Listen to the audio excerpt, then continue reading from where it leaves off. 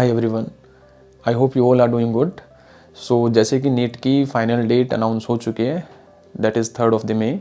सो अपने पास 80 दिन के आसपास की विंडो है और इन 80 डेज़ में you have to plan very precisely. Okay, so जो भी आपका लेवल है फ़िलहाल अगले 80 दिन में जिस तरीके से आप काम करने वाले हो, that is going to decide your performance in the exam. Okay, so 2 tips है मेरी साइड से। फर्स्ट वन इज़ आपको कम से कम 3 से 4 रिविजन्स लगाने in the coming 80 days.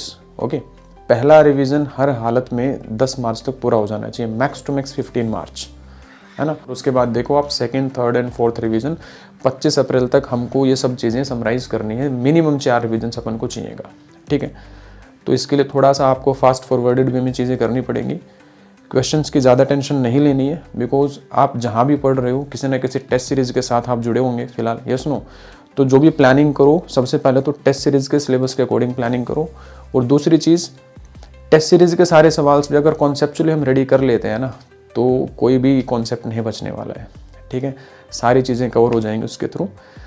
Second very important thing is analysis of the paper. Paper की analysis बहुत ज़रूरी पार्ट होती है प्रिपरेशन का। जब तक आपको पता ही नहीं चलेगा कि मैं गलत क्या कर रहा हूँ या मैं क्यों गलत कर रहा हूँ, कई बार ऐसी गलतियाँ होती है कि हम नज़रअंदाज कर देते हैं, तो फिर सुधारेंगे कैसे उसे, यस नो। तो पेपर एनालाइज करो, अपनी सिली मिस्टेक्स को कम करो, अपनी वीकनेस आइडेंटिफाई करो, अपना टाइम ड्यूरेशन जो आपको पेपर में लग रहा है कम है ज़्यादा, सब्जेक्ट वाइज आपको किस में कितना देना है, ये सब चीज़ें अगले 5-7 पेपर्स में सेट हो जानी चाहिए, ताकि फाइनल एग्जाम में ऑलरेडी अपना एक माइंड सेट हो और उसको यूज़ करके हम एफिशिएंटली पेपर को अटैम्प्ट कर सकें, ठीक है। सो कुछ टेंटेटिव डेट्स आप इस स्लाइड पे देख रहे हो, मैंने रिवीजन में डाली है। आप अपनी प्रिपरेशन को इसके साथ अलाइंड रखें, ठीक है। हेल्दी रूटीन फॉलो करें, अच्छी डाइट लें, बिकॉज 1-2 दिन का भी अगर गैप आएगा हम अफोर्ड नहीं कर पाएंगे।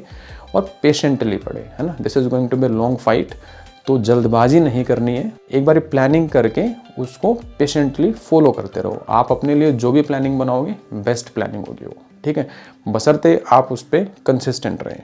This is all from my side. Plan करो, प्रिसाइजली करो, ऑन पेपर करो एंड उसको फिर कंसिस्टेंटली फॉलो करो। Have a nice day.